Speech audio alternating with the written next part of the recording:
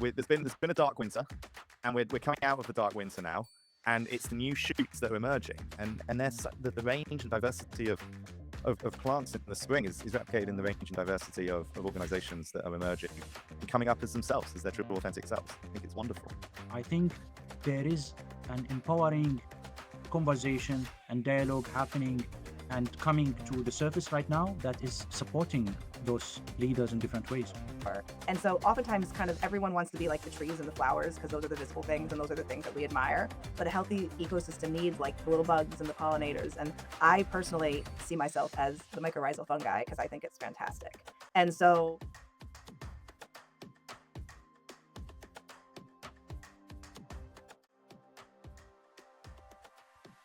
Hello, everyone. Hey, Ali. Hi, Kim. hey guys. Hello. Let's dive into it, shall we? Kim, you've been away. Where have you been? Tell us what you've been up to. Yeah, so I had spent April traveling. I must say it was both really energizing and exciting. And my introverted INTJ self is done. Like I'm barely happy to be home right now. But I'm in that place right now where I'm trying to make sense of everything that happened. And it occurred to me earlier today that the name of our podcast is the Sector Debrief. And if I was to debrief you all on the state of the sector based on the last month of work that I've been doing, what would it be? So I'm hoping that we can all kind of maybe unpack it together because it's always good to process out loud. I spent the first week of April in Buenos Aires in Argentina with about 40 bridge builders, so intermediaries, networks, bridgers from civil society to kind of global networks to funders. So that was like a very going deep, intimate, curated, intentionally designed space. And then I spent last week at the Skoll World Forum in Oxford, UK, where it was thousands of people doing both formal and informal sessions and kind of doing one-on-one, a lot of coffee, a lot of tea, conversations, all on the same topic, but in a very different format with very different kind of purposes, I think, and intent. And so I've been really reflecting on what all that means. Wow. Yeah. And what conclusions have you made so far? Or what reflections have you had? Where All are right. you getting stuck? What are you Where am I sitting with getting at the stuck? moment? Great question. So first of all, it's just a lot of info. It's like a lot of really deep talk, which is my favorite kind of talk, really. Really just kind of getting into it. And so I appreciated that.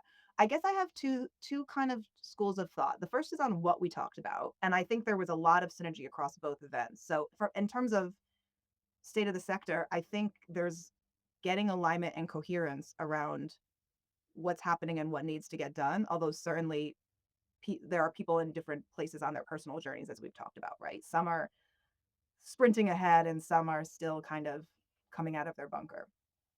But also, what I've been kind of reflecting on is the process of collaboration, the process of coordinating, the process of working together to kind of build something different. Um, and that's interesting too. So, yeah. But I don't want to take up, I mean, I'm happy to share out, but I want to hear from you all what you've been reflecting on too.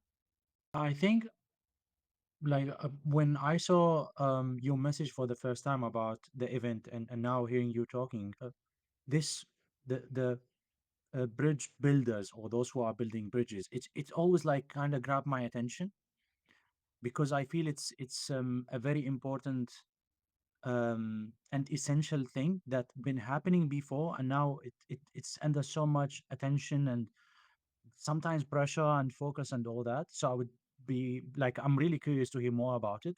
What does Yeah. that mean in that context? Who was there and what type of bridges been trying to talk about and build and all that? And the second thing that comes to my mind is um, what you mentioned about the process, like being in the process of doing that, or I think the process means different things to different people. So I'm also curious to know what type of processes they were looking at, or how do you define that process? Yeah. Yeah. So at the top level, I think the common thread that I've been hearing is, or things that really resonated with me across both events, is that this is not where we are as a sector right now is not just a funding problem. I mean, everyone loves to talk about it as a funding problem because it's a really big pain point, but it's not just a funding problem. It's actually a social contract problem. that civil society has there's a challenge with citizens, global citizens of the world, failing to see civil society as a public good for them. And that's a trust and a social contract problem, of which funding is one important piece. And so when you start to see it like that, we've spent there's a lot of conversations in various corners of the world right now saying, what is the role of civil society? How is civil society actually making the world better? Um, and then why aren't people everywhere experiencing or appreciating civil society as a public good? And when I put on my kind of facilitator trainer hat, to me that's a field learning objective. And that's one of the hardest learning objectives to have, because you can teach someone to know a piece of information, some data. You can teach someone to know a skill, to practice a skill, but getting someone to appreciate something means they have to feel it. And oftentimes you only feel it when that thing goes away. So like we don't appreciate democracy until it goes away, right? So that's a big challenge that I frankly think is actually what's exciting about that is it's a big enough challenge for everyone to be able to kind of maybe agree on in terms of a North Star, and then think about how do you address it from your own personal angle using your own superpower. So it's almost like big enough that we can all agree on it, and sometimes so we don't have as much like internal debate, I suppose. So that I'm starting to hear loud and clear. Fascinated. You asked where we've been reflecting, and one of the things I've been reflecting on a lot is the notion of sense making. And you're introducing that in relation to two specific trips that you've been on, which I think is a helpful sort of grounding into the term sense making. Because for me, I think, and you mentioned this sort of bigger problem around civil society. I've been talking to people recently who are looking at culture within organizations, right? And this is nonprofit, social impact based organizations. And when they talk about culture, you automatically go to kind of how people feel, right? And you mentioned that feeling bit. Now, a lot of the feelings, a lot of the emotions that I'm hearing in the candid conversations, and this is coming from individual staff, it's not coming from leadership, right? Because they don't hear it. The staff are talking about grief, and they're not grieving the kind of changes that have happened. They're not grieving the colleagues that have left. What they're grieving with is a disillusionment. They're grieving with the loss of an idea and the loss of a concept that maybe arguably wasn't even there in the first place, but we've kind of kidded ourselves, or we've kind of created structures that made us busy enough to feel like it was there. And yet now that kind of veil has been lifted, and what's been left with the institutionalized aid agencies is not upholding what it is people joined the sector to deliver on. I think it's that And that social speaks, contract bit, it's the you social know? contract. That's exactly right. Yeah.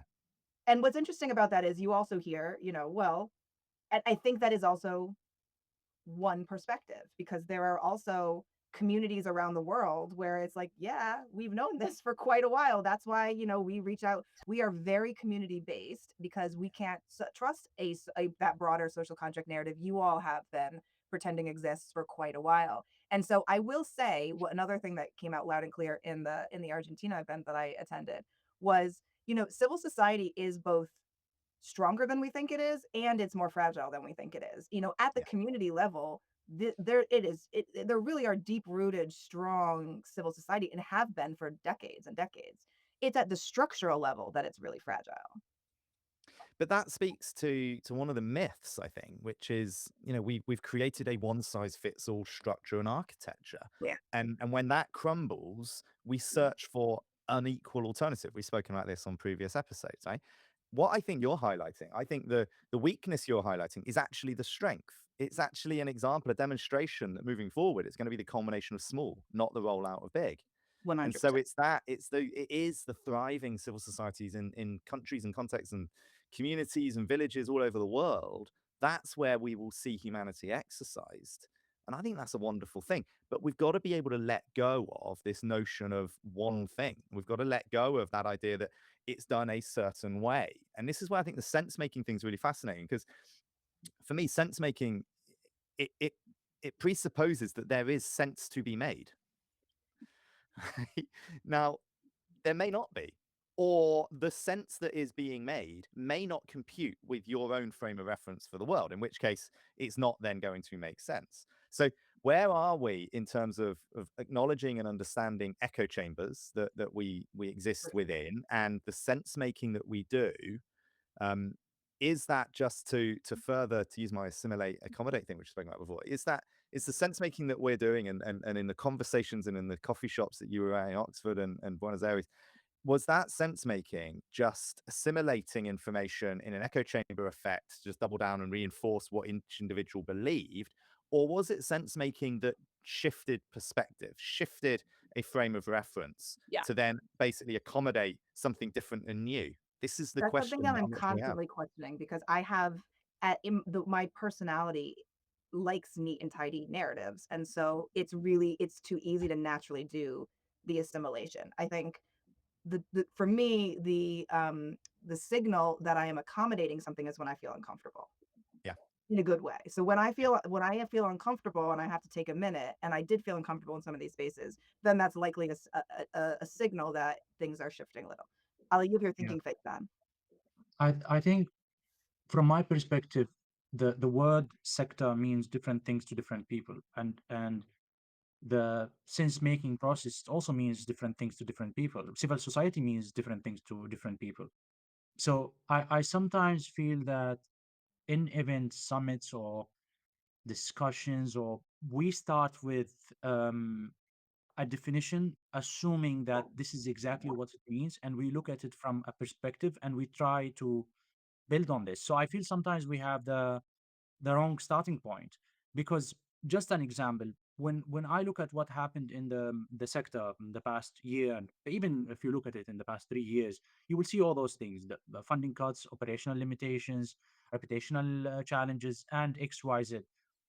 But on the other hand, when I speak with local leaders or voluntary teams, or even like smaller groups in a community doing things like cleaning a street, or making this public kitchen, or etc., for them, they are totally isolated from those things that we are talking about at macro global level, or international institutions level, or something like that. So I think it means different things to different people. But also, when I like this, like building a bridge or something. Even the bridge means different things to different people, because there is the international and the local, the global north and the global south, the humanitarian development sector and politics, humanitarian development sector and private sector, or the economic side. And then even at country level, country and area, area and site, country and region, country and HQ. And so I think there are so many bridges to build in general. But for me, whenever the conversation becomes a bit uncomfortable, that's when I feel like, okay, we are challenging assumptions, we are going back to first principles, we are looking at the right things. Because the moment things gets a bit more comfortable, to be honest, I feel we are getting a bit into the area of taking things for granted, building on assumptions, and things like that. And the main reason why I'm saying that, because as a human, we changed, our economies changed, our behavior changed, the social dynamics changed, the things that so many things changed in the past years. So I don't think it makes sense that everything is changing while we in the sector still remain the same and think about the same thing. So I think this being uncomfortable, it is part of the process. Yeah, 100. And just to be clear, I mean, to go back to the sense making thing, the way I think about sense making is not the same as truth, because there Mhm. are a million different truths out there. Sense making is just, it's a frame, it's a lens through which to understand this particular moment, allowing ourselves, giving us permission. Next week, I might need to do different sense making because there's new information coming in or there's new perspectives. And in some ways, that's why I feel so both energized and depleted right now, because while I really enjoyed all of the conversations, it takes a lot out of you to be continually uncomfortable. So my brain is feeling really drained right now because I had to do all that stretching and all that thinking, and now I have to like give it time to just percolate and land somewhere, which is what you all are helping me do. So thank you. Don't even get me started, Ali, though, on the network weaving bit, because that's the bridging stuff, and I'm really excited about it. A lot of thoughts. I've got a whole sort of metaphor concept thing on bridges versus network weaving and stuff. But let's not go down that route just yet. I'm keen. Let's keep it tangible for people. The two events you've been at, sense making there. You said we're helping you do it. what are the thoughts now that you might not have had when you started? Because we haven't really focused on your specific events. Where are you Yeah. at, and where do you want to get? So for me, I started mentioned at the start, like a big overall insight that's coming out of, I think if I said, where is the state of the sector, this idea that um, this is not just a funding problem, it's a social contract problem is coming out loud and clear to me. That's an interesting frame that I've been looking at things from. I mentioned the process and trying, and I've been thinking about what the differences are between the two events. So the first event I did was it was highly curated, so hand-picked individuals for not necessarily even just yes, for different perspectives and for different roles and for different geographies and all of the things, but also for individual person traits, right? Who are the change makers? Who are the connectors within those organizations? So individuals kind of brought together representing nodes of networks Mm. with the intent to come together and say, okay, yes, we want to reimagine the future of civil society, but with a focus on the how. How do we come together? And one of the things that came out for me loud and clear the entire time was we called out some of the tensions at the start. So we said there is an inherent competition between all of us. Like, let's just say that that is true. And so the only way to do this is to go in and intentionally say, elbows in versus elbows out. So when we go in, how do we say elbows in at all times? And there were times where I started to get really defensive about my own position or about my own business model or about whatever. And then I had to intentionally say elbows in. Let's like take a step back from that defensive space. To me, that's an example of living your values in real time when things get hard. How do you live your values of being collaborative even when you're feeling that need to be competitive? And that was really interesting.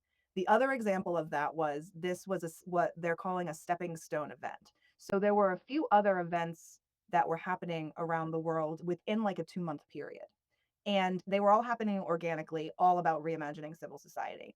And the organizers, instead of saying, well, let's gatekeep, let's, try and outshout each other, said, no, let's collaborate, let's coordinate. And they invited each other to their own events and they built on it. So the information about sense making that happened in the first event was brought over and used as the basis, the foundation of the second event, which came into the event in Buenos Aires that I was in. And so that all was for, and then we did a pre-survey to give our opinions to the attendees there. There was some overlap, but not complete overlap of attendees.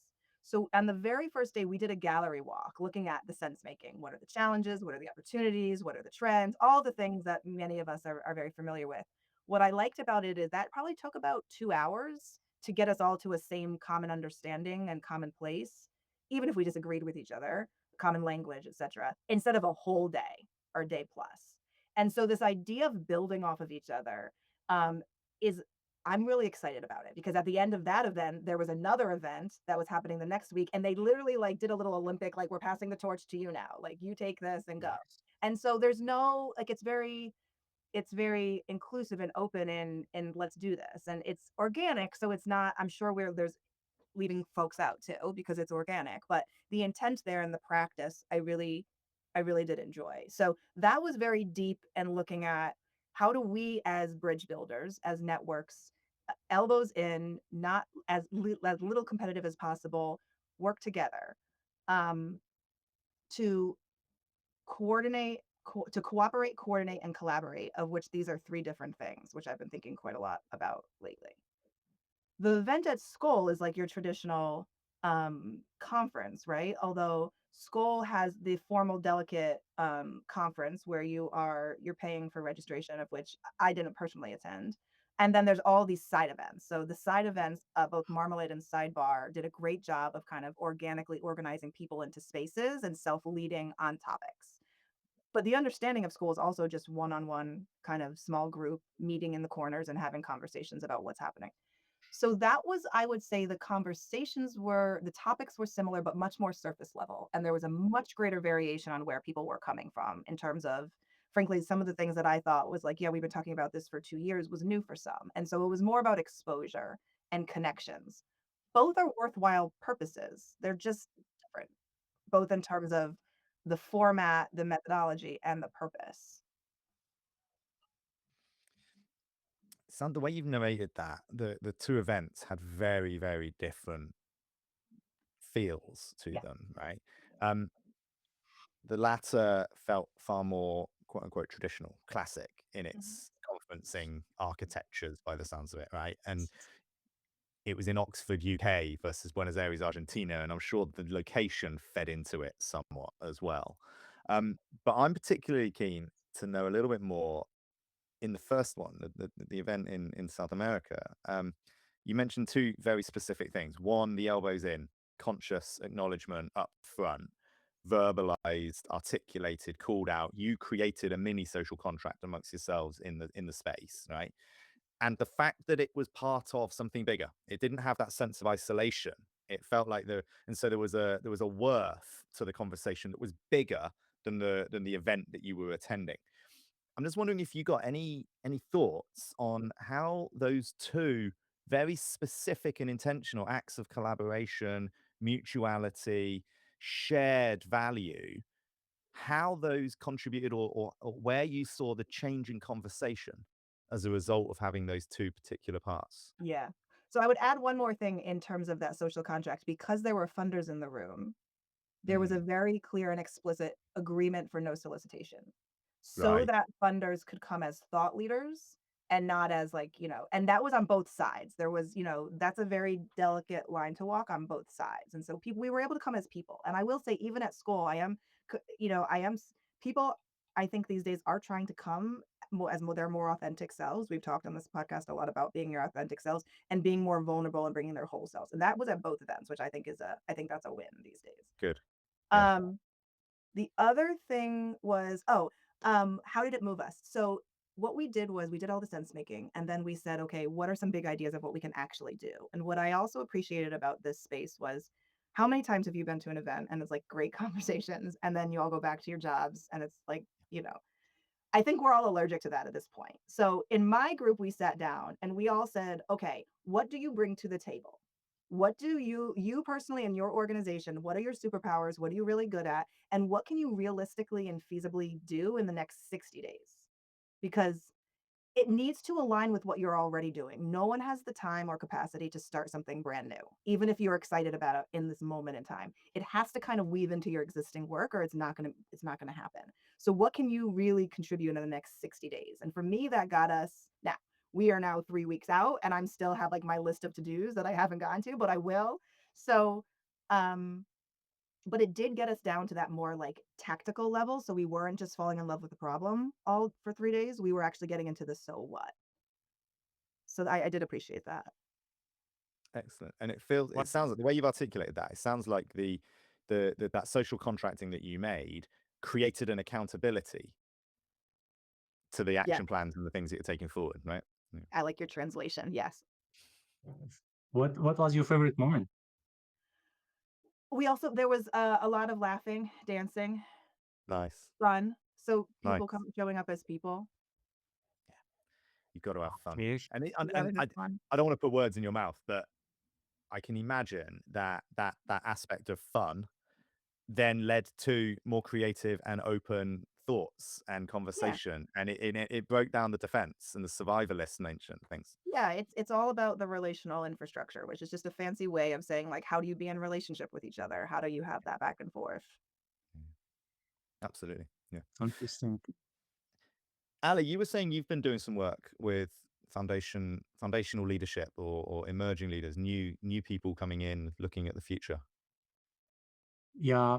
So I've been doing multiple things, but one interesting thing happened is a conversation I had in Arabic um, with someone else who's also a leader in the humanitarian development sector, and he progressed from being a volunteer, local staff, and then he started seeing overseeing countries. And it was published online, but then after that, I got so many messages from so many people like asking me questions about the foundation or what's the unique thing about those leaders I met who made a progress or were successful or something like that. So I started looking at trends I've seen before, and also some data I gathered throughout the year working with leaders, and some things I've been writing. And I came to the conclusion that one of the things that we've been talking about also in the first and the second episodes is this ability to think, reflect, and go back to the basics and build from there. Um, And I framed it in that conversation, and also later on in multiple conversation with other people, I framed it as the 0 to 1. When people ask you about key things to be good at your job, or key things to progress as a leader, or to do your work, or what you are leading, or leading in a very good way, or etc., we start talking about, oh, you need this, you need to do that, a training, mentorship, a coach, experience in this, knowledge in that, sometimes education, etc. So I call those like 1 to 10, like those are the steps, like 1, 2, 3, 4, etc. But I came to the conclusion that one of the key things and the unique things that I found in common among all those different leaders that I have worked with and collaborated with is this 0 to 1, which means the ability to sit, think, assess, set your objectives, um, diagnose your principles, look at your values, and then after assessing all that, start looking at this 1, 2, 3, 4, which is doing this and that. So I found it really inspiring and interesting to have those conversations with multiple people, especially in the global south, leaders who are working with humanitarian organizations, civil society organizations, voluntary teams, and small initiatives, and have those conversations with them to look into the principles and the values and their vision, and also see how they are looking at the full this ecosystem that they are in. So I feel that was really interesting and inspiring. It is, and it's, I don't know the details of the spaces or the organizations or the way you're in, but the way I've heard what you were saying there is an example of exactly what we started by saying, that there isn't going to be a one size fits all alternative to where we're at. It's going to be the world's sort of global citizenry and future of global humanity is going to exist in the small conversations and collaborations and discussions of exploration and reflection that you've just narrated and explained there, right?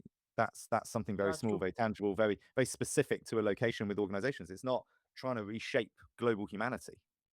It's trying to live it. No, yeah, and if you think about like individuals or teams or even organizations and institutions, it's about the starting point. Some of them they are working at area based or field side. Others they are working at a bit more of like a country. Others they are looking at global level. But I think the focus was mainly at, okay, what's your vision, the values, the principles, and then we start imagining the future and see how to approach that. And that's why I say like it's the key step. It's setting the foundation before even going into XYZ. And the main reason why I'm saying that, because if you look at not only the sector but even like being a leader outside the sector, there are so many assumptions. There are certain processes for this, policies for that, best practices for this, XYZ. And sometimes we just build based on what's there. Like I usually say the worst thing is the best practices. I really don't like best practices. I like the best fit. Like I like to sit and see, okay, what's been learned here and there, and then see what's the best fit for our situation. So I noticed this thing about going back to first principles, assessing from there, and building from there. It's that But it's, pause, isn't it, that we've talked about? Like yeah, falling in love with the problem or jumping to action. You can get stuck in both, but the pause in the middle is the thing that's going to really set you up for success. Exactly, exactly. And even in some of the conversations, one of my suggestions to those who spoke to me, I was like, watch those episodes that we had, because we went through that discussion, we diagnosed it, and one of them was telling me it feels like a companionship tool. And that's why the other day I was telling you the transcripts of our episodes, they are gold. uh, yeah.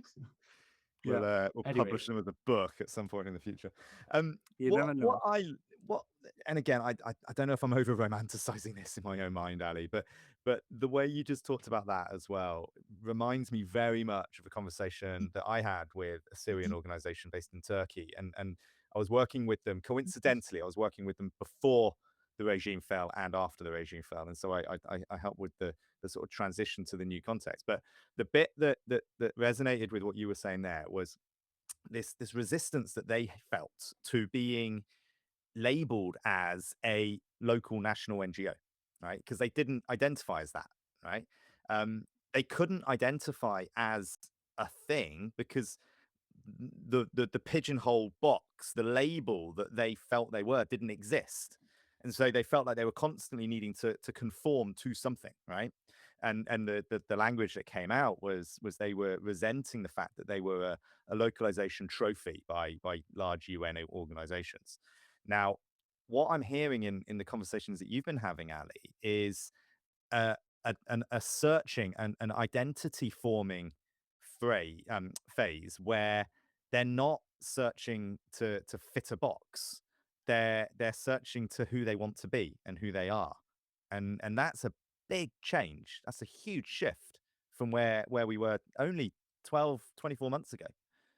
Yeah, I love how you said it, because when we started looking at that, especially the identity elements, there were certain assumptions they started popping up: passport, nationality, gender, education, certificates that you have, background that you have, all those things, they came as like massive accumulated assumptions serving as barriers.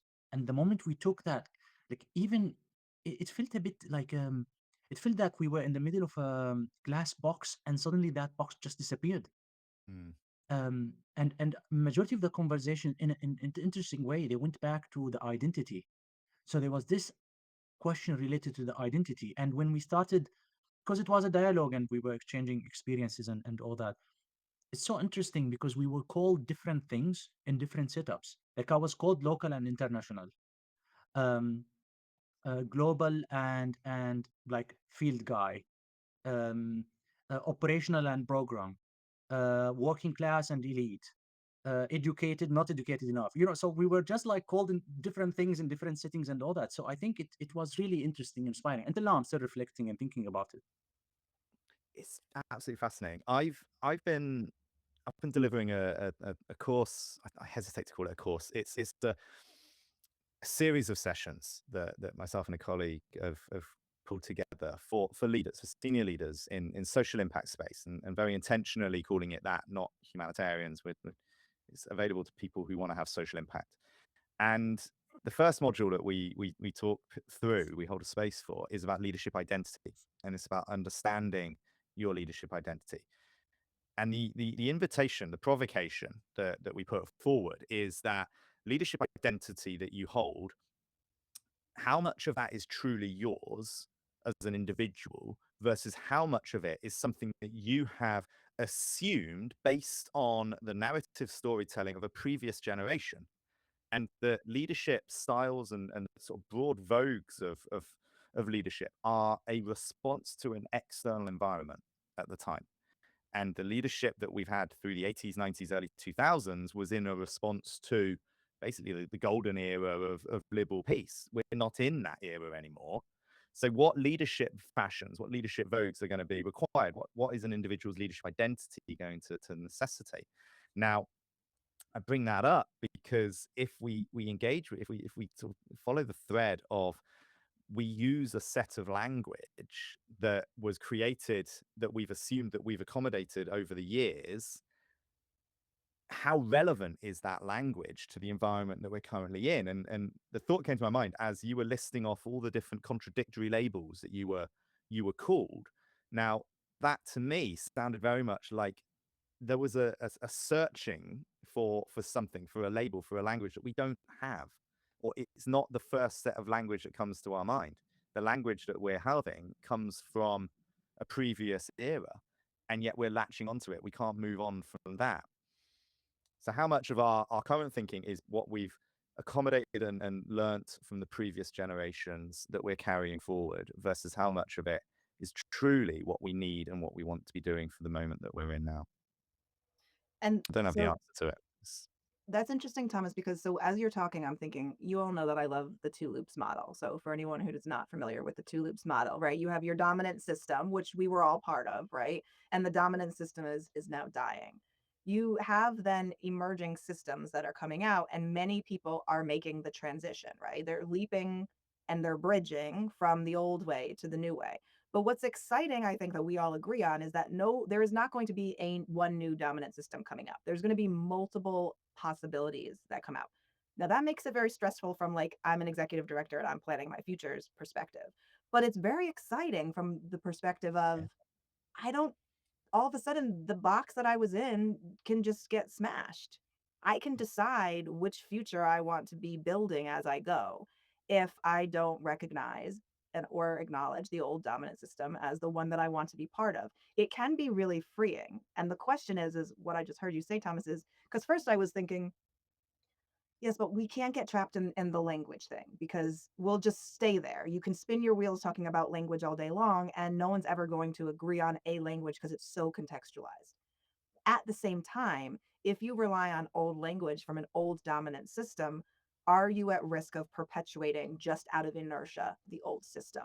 So there's a balance there, of course. Yeah. But what I find liberating about it is if you acknowledge that there will be multiple futures possible and we get to build them right now, then all of those labels that you were talking about, Ollie, can just kind of dissipate. Like you don't even have to do anything with them. They can just kind of evaporate, which is kind of Yeah, cool. it is. It is cool. Yeah. Um, to be totally honest, I think the question that you mentioned or this dilemma is something I faced in my career and in my professional life almost every day. Um, and and like I find sometimes myself in a challenging position where I know there is something, let's say it's not working, or the way it's said is, it bothers me or something. But sometimes I have to choose my fights and my battles. So I'm okay, like I will let it go.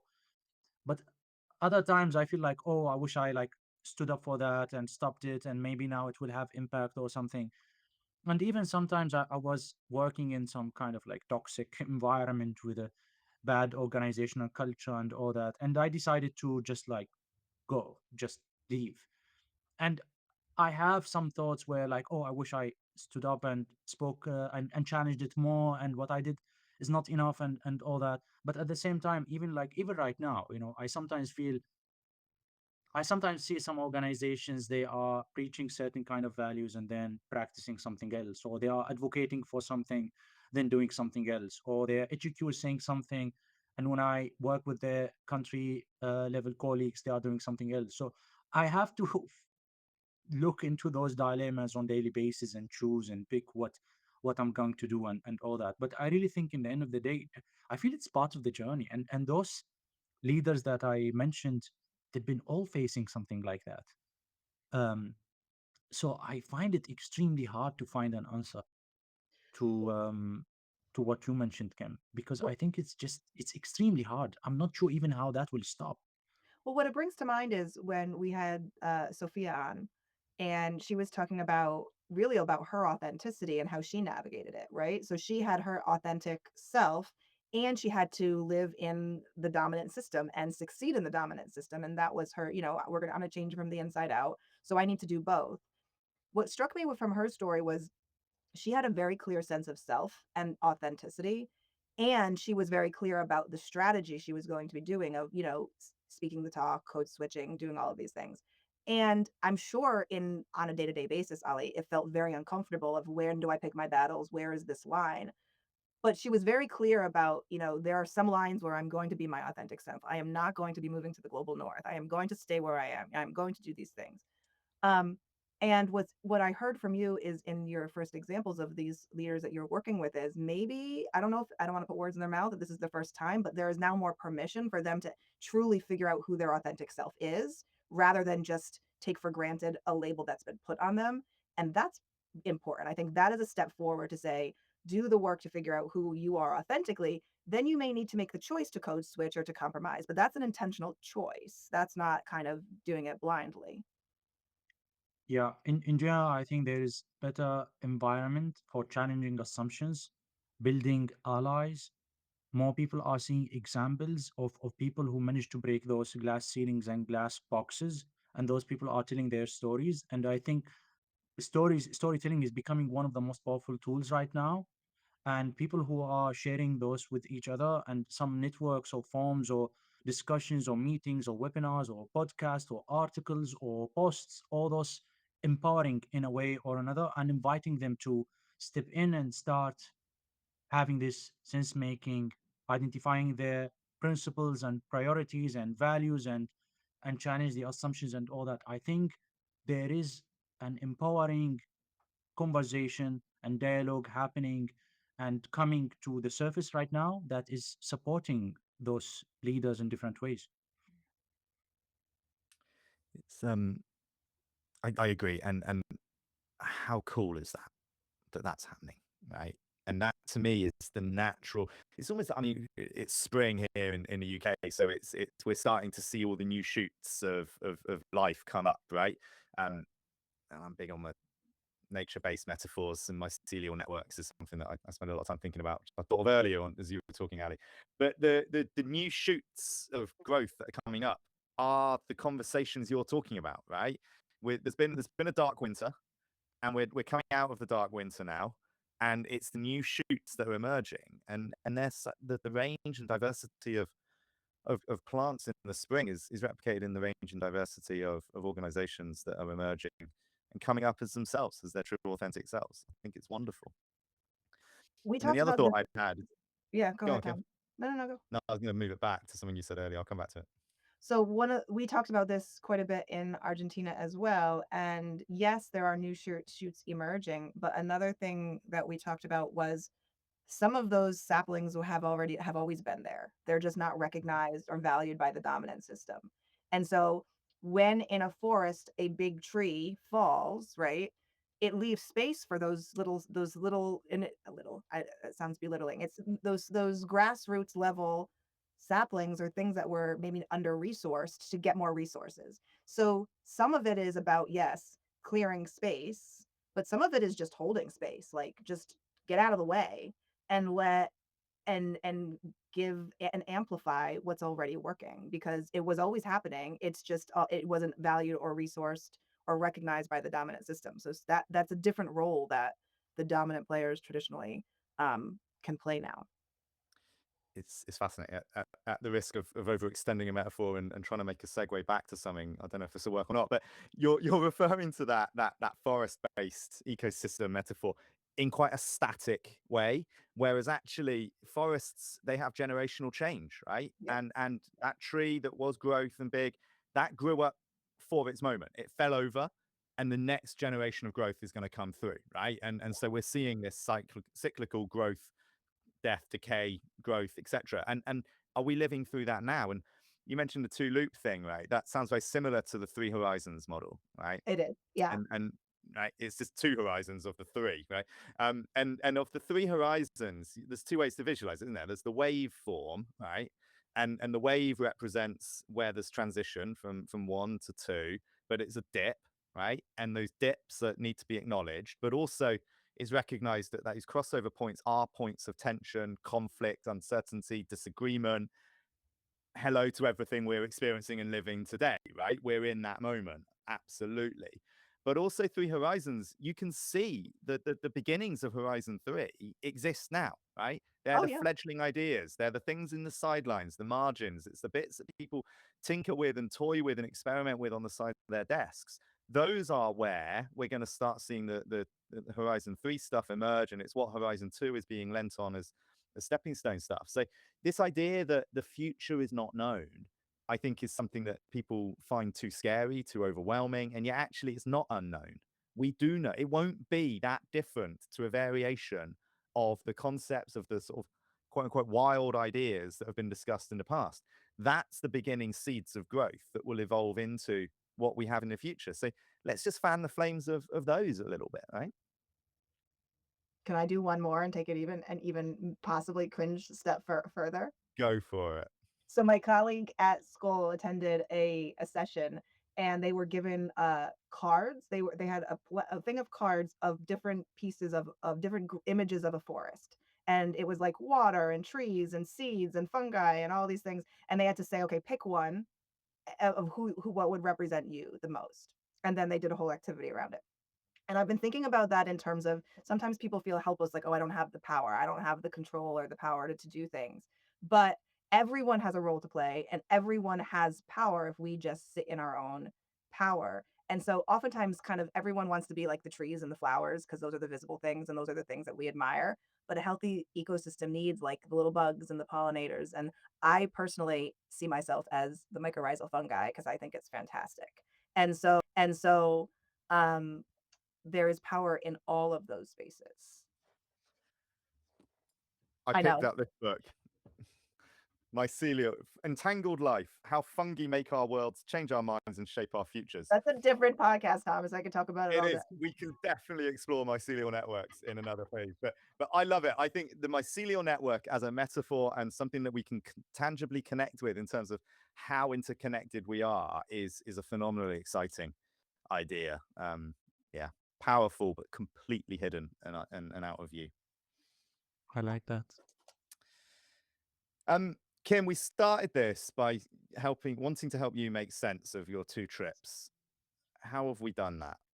Yeah, I think it's helpful just to kind of talk it out loud. So thank you for that. And none of you kind of looked confused or horrified. So that's always a good a good thing. I think there are some tensions that came out, and I think maybe that's a good conversation to have next time. I think jumping from Horizon 1 of the dominant system ending to Horizon 2 is a really scary jump. When do you do it? How do you do it? And what are the tensions within is maybe something that we could unpack in another episode. Well, the starting point for that would be the second visualization of 3 horizons, right? As stepping stones, with one coming up like the bell, and then the second one starting just as the first bell crests, Yep. but it dips and then goes up, Yeah. right? And I was talking to someone about this, and they go, it's a bit like the transition from the typewriter to the computer, right? Yeah. The last ever typewriter was far more advanced than the first ever computer, and it was far easier in the workflow to engage with than the first ever computer. But no one said ditch the computers, right? And now look where we are. So it's about accepting that little dip at the beginning, isn't it? And knowing that you have to start investing in it before you've peaked on your first piece, right? So yeah, no, completely agree. Ali, where are you at Okay. after almost an hour of conversation? What's on your head at the minute? Um, I think like hearing what Kim mentioned and your reflections on both what we mentioned, I feel like I want to think again about the things that I observed and noticed through my conversations with those leaders and see, are they in a way or another reflecting or they are connected to what Kim mentioned about those events. I'm really curious to see, is there something that would connect those dots or something?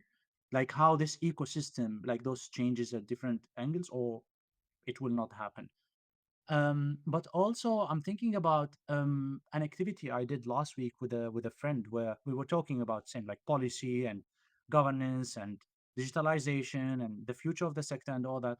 And then she was telling me like today we will do it in a different way. So we went to the storage and then later to the basement. We collected some things from there and things I don't need or things she doesn't need. And we took it to a recycling station and to the second-hand shop and later to Red Crescent shop. So I felt, and she was saying that today we are humanitarians like this. This is our way today. Aside from all that, it was really inspiring, interesting, and gave me so much energy and joy to do this thing in a different way. So I think it's really it's something also to think about that sometimes it is about those things that you do at that level, not macro global level or ecosystem level. I love that. I'm sat here. It's funny. This conversation is carrying on a theme from a conversation I had much earlier this morning with Humanitarian Society around the future, around where we go, and there's a real momentum shift taking place in terms of departing from the old and shifting away from that. But in a space, or the individuals who are engaging in those conversations are not the people who are still sort of heavily entrenched in the system. I think there's a growing recognition, almost a resignment to the fact that the system, the institutions that make up that system can't change, right? They're stuck in a certain way. And that is maybe a reality, and maybe that's okay. The rest of us and the rest of the world, the people outside those institutions, are where the growth, the future, the engagement with the big topics and arguably the sort of resistance to trends, the resistance against plurality that is so necessary in the future, as you're mentioning earlier, Kim. That's an exciting space.